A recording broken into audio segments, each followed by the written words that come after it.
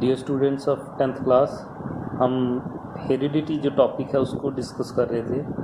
हम ये डिस्कस कर रहे थे कि मेंडल ने कैसे जो प्लांट्स हैं उनको लिए, टाल ड्वार्फ प्लांट, उनके सीड्स लिए, दोनों को क्रॉस करवाया और उसने ये देखा कि कैसे जो आने वाले जो रिज़ल्ट है उसमें ज़्यादातर प्लांट्स जो 75% है वो टाल ही हैं और सिर्फ 25% जो हैं वो शॉर्ट प्लांट है। इसका मतलब ये था कि क्या उसमें एक ही कैरेक्टर के, तो ऐसा नहीं होता। उसने ये कहा कि दोनों कैरेक्टर्स जो हैं, दोनों जो ट्रेट्स हैं मेल दोनों प्लांट से वो गए, लेकिन एक के जो ट्रेट्स हैं, एक के जो कैरेक्टर्स हैं, चाहे वो टालनेस है या ड्वार्फ है, उसने उसको ज़्यादा एक्सप्रेस किया।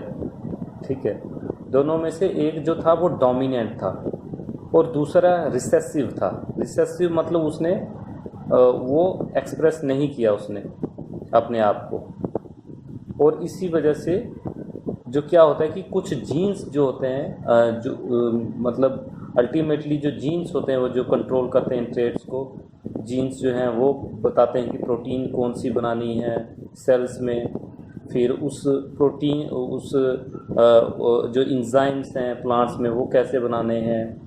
ठीक है, तो ये सारी चीज़ें जो हैं वो जीन्स तय करते हैं, और ये जीन्स एक जो दोनों पेरेंट्स से जाते हैं वो जीन्स जो हैं वो जो कैरेक्टर्स हैं दोनों में, उसमें जो ट्रेट्स यानी जो टालनेस है या और कोई कैरेक्टर्स हैं, जैसे बोलते हैं कि इसके माँ से मिलते हैं या बाप से, तो इसका ये रीज़न होता है कि उसमें जो कैरेक्टर्स या ट्रेट्स जो होते हैं वो डोमिनेंट होते हैं। उन्होंने वो उसके ऊपर डोमिनेंस, यानी मेल के कैरेक्टर अगर उसके बाप के कैरेक्टर एक बच्चे में आ रहे हैं तो इसका मतलब है उन्होंने जो माँ के कैरेक्टर्स हैं उनको डोमिनेट किया।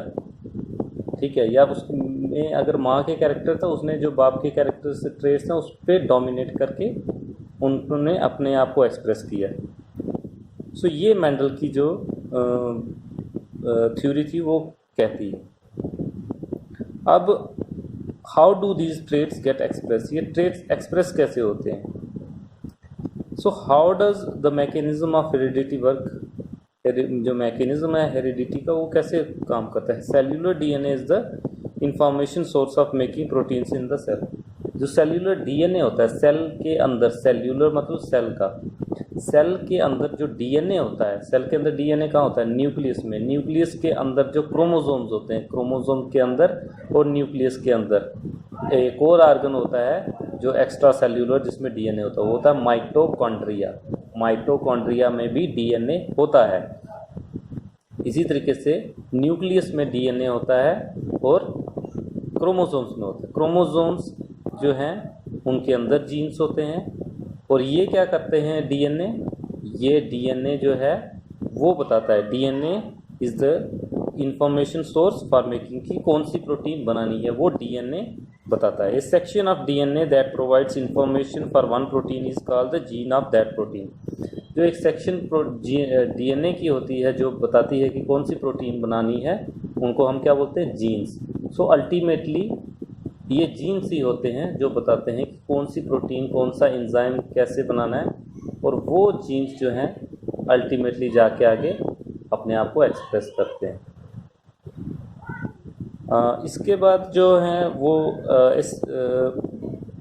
How do proteins control the characteristics that we are discussing. अब प्रोटीन्स कैसे ये कैरेक्टरिस्टिक्स जो हैं वो कंट्रोल करते हैं, यानी वो कैसे जो इंसान है, बच्चा है, उसकी जो ट्रेट्स हैं या कैरेक्टर्स हैं उनको कंट्रोल करते हैं। So let us take the example of tallness as a character. So tallness हम एक कैरेक्टरिस्टिक लेते हैं, प्लांट में जो टालनेस है, लंबाई जो है, एक प्लांट लंबा क्यों होता है, जैसे हमने मेंडल के केस में पढ़ा था, एक टाल को, एक ड्वार्फ को, एक बड़े को, एक छोटे को हमने क्रॉस करवाया था, तो जो आगे प्रोजेनी थी उसमें टाल जो था ट्रेट उसने एक्सप्रेस किया, ड्वार्फ जो था वो रिसेसिव रहा, और 75% जो प्लांट थे, फर्स्ट प्रोजेनी जो उसकी फर्स्ट जनरेशन थी उसमें तो सारे 100% जो हैं वो टाल थे। लेकिन जो दूसरी जनरेशन आई उसमें कोई ऐसा कैरेक्टर जो है जो रिसेसिव था, रिसेसिव मतलब जिसने अपने आप को एक्सप्रेस नहीं किया था। सो दूसरी जनरेशन जब आई तो उसने अपने आप को एक्सप्रेस किया। कई बोलते हैं कि ये अपने दादा से इसकी शक्ल मिलती है या दादी से मिलती है। सो कोई कैरेक्टर ऐसा रहता है कि वो अब पहले एक्सप्रेस नहीं करता, बाद में अपने आप को एक्सप्रेस करता है। So we know that plants have अब टालनेस का एक कैरेक्टर लेते हैं। सो हम ये जानते हैं कि plants have hormones that can trigger growth, कि प्लांट्स में वो वाले हार्मोन होते हैं, है ना, जिसकी वजह से क्या होता है, ग्रोथ होती है। ऑक्सीन, जिबरलिन्स या बाकी सारे हार्मोन्स के बारे में पढ़ते हैं हम।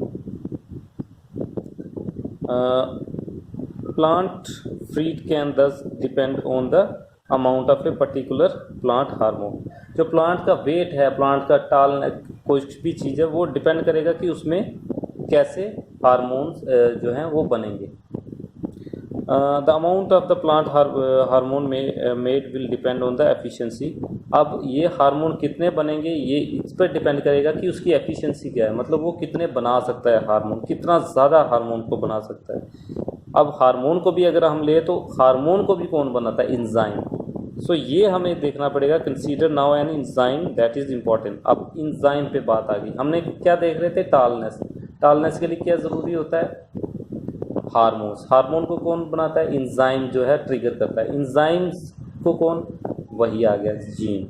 सो अल्टीमेटली जीन जो है वो a lot of hormone will be made and the plant will be टाल।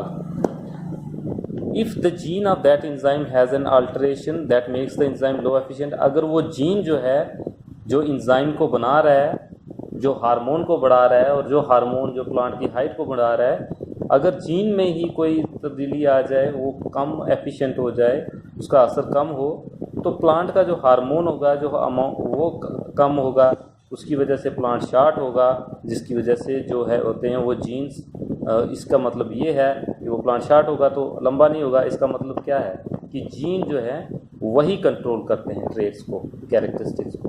तो जीन जो है वो हर चीज़ को कंट्रोल करते हैं कि वो जो प्रोजेनी आगे वो कैसी होगी। अगर मेल के जीन्स एक्सप्रेस करते हैं तो वो डोमिनेंट होते हैं, अगर वो एक्सप्रेस नहीं करते तो वो रिसेसिव होते हैं। ये है हमारा आज का टॉपिक। इससे बाद में हम आगे पढ़ेंगे।